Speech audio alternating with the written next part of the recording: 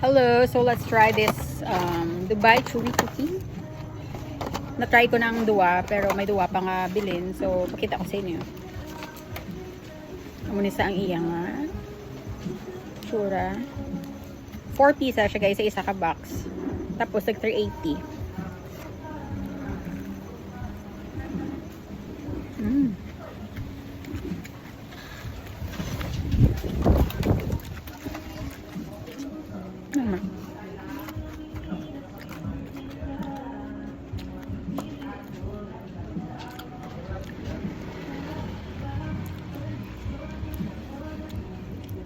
Aba ni siyang sasulod. So, nakatilaw na ko sa Dubai, gid chocolate. Ang kinalain nila, do mas masaburan mo gid mayo ang pistachio didto. Pero sa dere, masaburan mo man sa pero hindi siya amo ginaka-strong.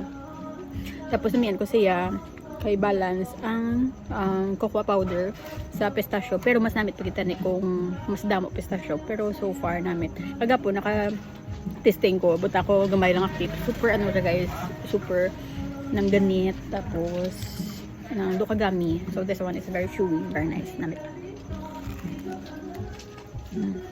Hindi mo sakit yung mundo. Kada po nang sakit ako ng to, literal.